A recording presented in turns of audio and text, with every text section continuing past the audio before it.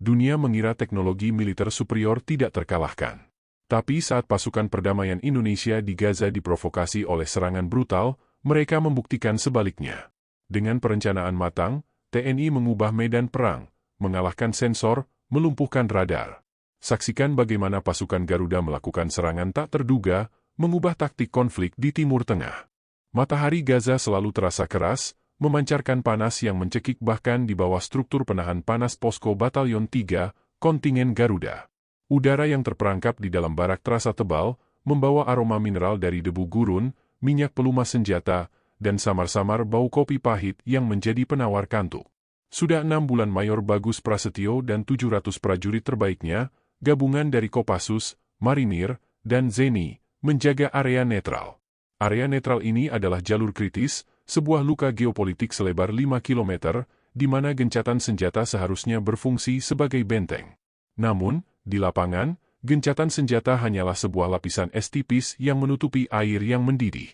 Mayor Bagus, seorang perwira infanteri dengan rekam jejak operasi di berbagai konflik, menyentuh peta taktis digital di meja kerjanya. Peta itu menampilkan kontur wilayah dengan akurasi satelit, garis demarkasi berwarna merah, IDF, dan biru, TNI, begitu dekat, hampir bersentuhan. Di sisi timur, berdiri pos observasi IDF yang angkuh, dijuluki gila oleh intelijen TNI karena saking paranoidnya sistem pengawasan mereka. Pos gila adalah simpul teknologi, tempat radar, sensor termal, dan menara komunikasi berputar 24 jam. Di sisi barat, permukiman sipil Jabalia yang padat, berjuang untuk bernapas di tengah puing-puing konflik masa lalu. Tugas TNI bukan hanya menjadi mediator, melainkan menjadi sumbu pengaman yang menahan ledakan. Tugas mereka mulia, tetapi secara taktis sangat berbahaya, memastikan kedua belah pihak, IDF dan faksi perlawanan, tidak menyentuh api. Mayor Bagus memanggil Sersan Mayor Eko, Kepala Staf Operasi. Eko, laporan malam ini. Adakah anomali di sektor utara? Siap, Mayor. Sektor utara sunyi, tetapi kami mendeteksi peningkatan transmisi data dari pos gila sejak tengah malam. Mereka mungkin sedang menguji sistem baru atau melakukan drone surveillance dengan frekuensi yang lebih tinggi. Tidak ada pergerakan darat yang signifikan, lapor Eko, suaranya tenang namun waspada. Bagus mengangguk. Tingkatkan patroli visual di sektor barat. Jangan biarkan ada warga sipil melintas lebih dari 2 km ke timur. Tekanan psikologis ini adalah bentuk perang baru mereka. Mereka ingin melihat sejauh mana kesabaran kita direnggangkan. Kita harus tetap profesional, disiplin, dan, yang paling penting, tidak lengah. Keheningan yang kita jaga bukanlah kedamaian abadi, melainkan penantian yang intens. Penantian akan kesalahan fatal yang bisa memicu segalanya. Setiap prajurit harus memahami, kita ada di sini bukan untuk berperang, tetapi jika perang mencari kita, kita harus siap, pungkas Bagus, matanya menatap tajam ke arah timur, ke tempat pos gila berdiri. Rutin patroli TNI selalu dijalankan dengan presisi jam tangan Swiss, meskipun dikelilingi oleh debu gurun dan ketidakpastian. Hari ini, Mayor Bagus memutuskan untuk memimpin sendiri patroli Rute 5, rute yang paling dekat dengan pos gila, untuk merasakan langsung dinamika ketegangan. 3 kendaraan lapis baja ringan Anoa, dicat putih PBB dengan bendera merah putih di sisinya, bergerak perlahan, hanya dengan kecepatan 10 km per jam. Ini bukan tentang kecepatan, melainkan tentang pengamatan dan demonstrasi kehadiran. Setiap prajurit mengenakan helm Kevlar dengan kamera bodycam resolusi tinggi, mencatat setiap detail, setiap bayangan, setiap gerakan. Mereka tahu bahwa di wilayah ini, rekaman video dan konfirmasi visual adalah senjata paling ampuh untuk mempertahankan posisi diplomatik dan militer mereka. Bagus mengamati melalui periskop. Sekitar 100 meter di depannya, ada batas kawat berduri yang ditanam oleh PBB, melambangkan batas area netral. Di baliknya, di padang pasir yang tandus, menara pengawas pos gila menjulang. Antena parabola dan kubah radar di atasnya berputar perlahan, seperti mata raksasa yang tidak pernah berkedip. IDF mengandalkan sensor canggih, drone pengintai siluman, dan kemampuan tembakan jarak jauh yang dapat mengenai target dalam radius meter. Mereka berperang dengan teknologi. TNI, di sisi lain, mengandalkan naluri prajurit yang telah ditempa dalam hutan tropis, kedisiplinan yang tak tertandingi, dan pemahaman yang mendalam tentang medan tempur yang berubah-ubah. Sersan Rudi, laporkan status komunikasi dengan pos kita, perintah Bagus. Siap, Mayor. Saluran aman dienkripsi. Namun, kami mendeteksi peningkatan frekuensi radio yang asing, sepertinya mereka sedang menguji peralatan jamming atau intersepsi baru. Kami juga menerima laporan dari penduduk lokal di pinggiran Jabalia. Mereka melihat drone pengintai IDF terbang lebih rendah dari biasanya di atas zona non-tempur, lapor Rudi dari kursi operator komunikasi. Bagus mencatat informasi tersebut. Ini adalah taktik provokasi pasif, menciptakan ketidaknyamanan, menguji reaksi, dan mengikis kesabaran. Tiba-tiba, Rudi melaporkan pergerakan signifikan. Mayor, ada pergerakan sipil, tidak terdaftar. Konvoi bantuan medis. 3 mobil ambulan PBB dan 1 truk logistik, masuk dari jalur selatan, bergerak menuju rumah sakit Al-Amal. Mereka di luar rute yang disetujui, tapi masih di area netral. Bagus segera bertindak. Catat koordinat dan berikan warning lunak ke pos gila melalui saluran PBB. Ulangi pesan, tegaskan bahwa ini konvoi kemanusiaan PBB yang membawa pasokan vital dan tidak bersenjata. Jangan berikan warning terlalu agresif, kita jaga protokol PBB. Kita tidak ingin memberikan mereka alasan untuk bertindak. Jaga jarak kita, dan ikuti perlahan dari belakang, Sersan. Pastikan mata kita tidak pernah lepas dari pos gila, perintahnya, menjaga nada suaranya tetap datar. Rasa cemas yang membeku selalu menyertai interaksi dengan IDF. Mereka jarang merespons peringatan TNI dengan penghormatan yang setara. Pukul 14 adalah puncak panas. Bukan hanya suhu udara, tetapi juga tensi yang mencapai titik didih. Di posko Batalion 3, alarm bahaya mendadak berbunyi kencang, bukan alarm serangan umum, tetapi alarm pelanggaran berat. Semua prajurit yang bertugas bergegas ke ruang operasi. Layar monitor besar di dinding menampilkan citra drone pengintai TNI yang mengikuti konvoi bantuan medis. Seketika, gambar di layar bergetar hebat. Kepulan asap tebal berwarna abu-abu gelap meledak di sekitar konvoi. Suara dentuman tumpul terlambat masuk melalui speaker. Konvoi bantuan yang baru saja dilaporkan oleh Mayor Bagus terhenti mendadak. Mayor, konvoi diserang. Bukan baku tembak ringan. Itu tembakan artileri terarah. Kami identifikasi 2 proyektil berdaya ledak tinggi, kemungkinan kaliber 155 mm, lapor operator komunikasi, Kopral Wira, suaranya tercekat karena tak percaya. Mayor Bagus yang baru tiba di ruang operasi, langsung mendekati layar. Wajahnya mengeras, urat di lehernya menonjol. Ia melihat debu tebal mengepul di lokasi serangan. Ketika debu itu sedikit mereda, pemandangan yang tersaji adalah kehancuran total. 2 mobil ambulans ringsek menjadi tumpukan logam, truk logistik terbakar. Yang paling mengerikan adalah 3 sosok sipil, seorang dokter dan 2 paramedis, berdasarkan seragam mereka, tergeletak tak bergerak di jalanan, darah mereka merembes ke pasir. Sebuah serangan yang jelas-jelas disengaja, terencana, dan fatal, di area netral yang dilindungi mandat PBB. Konfirmasi asal tembakan. Ulangi, konfirmasi asal tembakan, perintah Bagus. Suaranya rendah tetapi menggetarkan ruangan. Siap, Mayor. Analisis lintasan dari radar balistik kami, 99% akurat. Tembakan berasal dari sektor 5, pos gila. Ini pelanggaran kategori tertinggi, Mayor. Mereka menargetkan target sipil yang jelas dilindungi, yang baru saja kita beri peringatan ke mereka. Ini pembunuhan yang disengaja, konfirmasi Letnan Risa, Kepala Intelijen, sambil memukul meja. Kemarahan menjalar di seluruh Batalion 3, bukan kemarahan emosional, melainkan kemarahan militer yang dingin dan berbahaya. Ini bukan lagi insiden kecil yang bisa diselesaikan dengan nota diplomatik. Ini adalah penusukan langsung terhadap mandat perdamaian yang mereka pikul dengan nyawa. Mayor Bagus menatap layar yang menampilkan pos gila, yang sepertinya berlagak seolah tidak terjadi apa-apa. Jantungnya berdenyut kencang. Ia teringat sumpah prajurit untuk melindungi yang lemah. Panggil komandan kontingen, Kolonel Aris.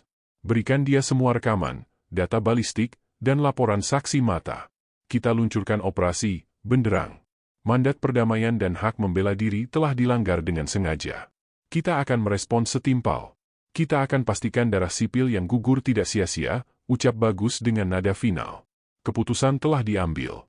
TNI akan membalas. Komunikasi dengan Kolonel Aris, Komandan Kontingen Garuda, terjalin melalui saluran satelit terenkripsi tertinggi. Kolonel Aris berada di markas utama yang lebih aman, tetapi ketegangan di suaranya sama mencekamnya dengan yang dirasakan Bagus di lapangan. Bagus, ulangi lagi laporanmu. 3 korban sipil, artileri terarah dari pos gila, dan kau punya data lintasan yang tak terbantahkan, Tanya Kolonel Aris, suaranya penuh kehati-hatian. Siap, Kolonel. Datanya jelas, rekamannya jelas. Ini bukan kesalahan sistem, ini adalah keputusan komando. Tidak ada faksi perlawanan di dekat konvoi. Ini adalah tindakan provokasi dan kekejaman. Kita tidak bisa hanya mengirim laporan PBB, Kolonel. Jika kita berdiam diri, kita tidak hanya akan kehilangan kredibilitas di mata masyarakat Gaza, tetapi kita juga akan memberi sinyal kepada IDF bahwa mereka bebas membunuh. Tugas kita adalah menjaga perdamaian, dan perdamaian tidak dapat ditegakkan dengan berlutut, tegas Mayor Bagus, nadanya mendesak. Kolonel Aris menarik napas panjang. Ia memahami betul implikasinya. Reaksi militer TNI, meskipun terbatas dan bertujuan defensif, akan mengguncang stabilitas kawasan, memicu kecaman internasional, dan berpotensi meningkatkan eskalasi. Namun, ia juga memahami pandangan Bagus. Tidak bertindak di hadapan kekejaman ini adalah pengkhianatan terhadap seragam yang mereka kenakan. Pos Gila adalah sasaran yang sangat berat. Itu adalah pos komando intelijen mereka, dilindungi oleh pertahanan berlapis, artileri counter-battery otomatis, sensor thermal, minefield terbatas, dan satu peleton penuh infanteri mekanis.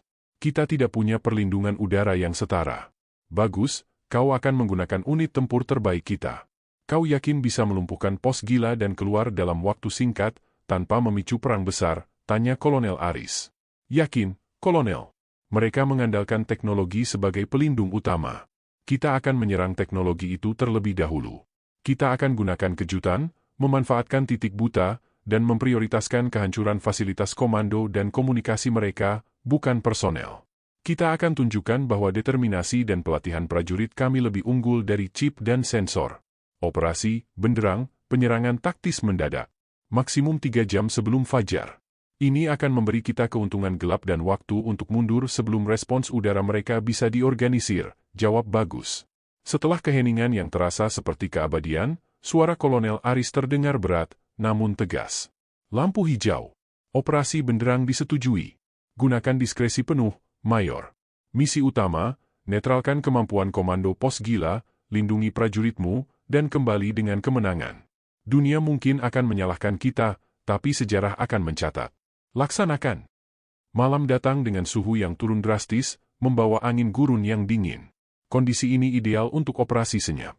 Tim khusus TNI, yang terdiri dari 8 prajurit elit yang dikenal sebagai tim Alpha, bergerak. Mereka adalah kombinasi dari kemampuan anti-teror dan intelijen tempur, dipimpin oleh Kapten Haris, seorang ahli dalam perang elektronik. Mereka mengenakan seragam tempur yang disamarkan dengan lapisan anti-termal dan hanya dipersenjatai dengan peralatan minimalis untuk infiltrasi, ditambah senapan serbu teredam. Misi mereka adalah kunci dari seluruh operasi, infiltrasi ke pos Gila secara fisik dan menonaktifkan sistem sensor perimeter, komunikasi, serta stasiun drone pengintai. Kapten Haris dan timnya bergerak tidak seperti infanteri. Mereka bergerak seperti bayangan yang menyatu dengan topografi.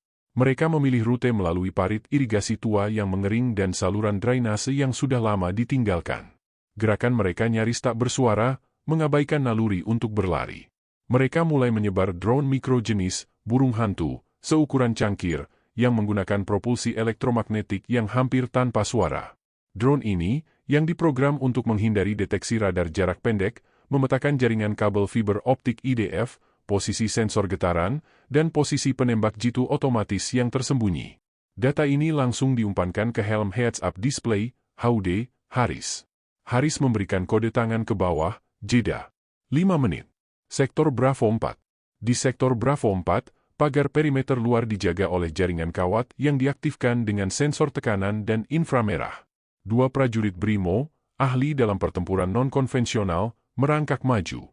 Dengan menggunakan pemotong kawat serat optik berinsulasi khusus, mereka memotong kawat pada titik kritis tanpa menyebabkan korsleting atau getaran yang dapat memicu alarm. Mereka juga menyemprotkan cairan peredam panas khusus pada sensor thermal di dekatnya. Dalam hitungan detik yang terasa seperti jam, mereka berhasil menciptakan lubang buta sebesar mobil dalam pertahanan teknologi IDF. Mereka telah membuka pintu belakang bagi serangan utama. Pesan sandi dikirim balik kepada Mayor Bagus, Gila, buta. Keberhasilan infiltrasi ini membuktikan bahwa prajurit yang terlatih secara adaptif dapat mengalahkan sistem keamanan paling mahal. Mereka telah menonaktifkan mata dan telinga pos Gila, mengubah lingkungan yang hostil menjadi medan yang menguntungkan bagi TNI. Sekarang, giliran Batalion Inti untuk melancarkan pukulan mematikan. Pukul 3.30. Waktu yang paling gelap dan paling dingin, ketika konsentrasi prajurit biasanya paling rendah. Mayor Bagus, mengenakan rompi taktis ringan dan helm dengan komunikasi terintegrasi, memimpin Batalion Inti, sekitar 100 prajurit. Mereka bergerak dalam formasi sergap infanteri yang padat dan cepat, memanfaatkan titik buta sensor yang telah diciptakan oleh tim Alpha. Mereka tidak menggunakan kendaraan lapis baja untuk serangan pertama, bunyinya terlalu keras, siluetnya terlalu besar. Ini adalah operasi kecepatan dan kejutan. Ketika mereka berada dalam jarak 50 meter dari pagar, Mayor Bagus mengangkat tangan kanannya. Semuanya berhenti total, hening. Bagus menembakkan satu suar hijau yang sunyi, langsung ke langit. Itu adalah sinyal. Dari 3 arah, utara, selatan, dan barat daya, senapan serbu SS-2V4 dan senapan mesin ringan TNI memuntahkan rentetan tembakan. Serangan itu sangat terfokus dan terlatih. Mereka tidak menembaki secara acak. Targetnya adalah menara komunikasi, antena satelit, dan bunker komando. IDF, yang baru menyadari adanya pelanggaran perimeter, bereaksi dalam kebingungan dan keterlambatan. Alarm otomatis yang seharusnya berbunyi sudah dinonaktifkan. Kamera termal yang seharusnya mendeteksi pergerakan sudah disemprot. Sebuah unit kendaraan tempur lapis baja Merkava kecil, yang bertugas sebagai pelindung pos luar, berusaha keluar dari gerbang.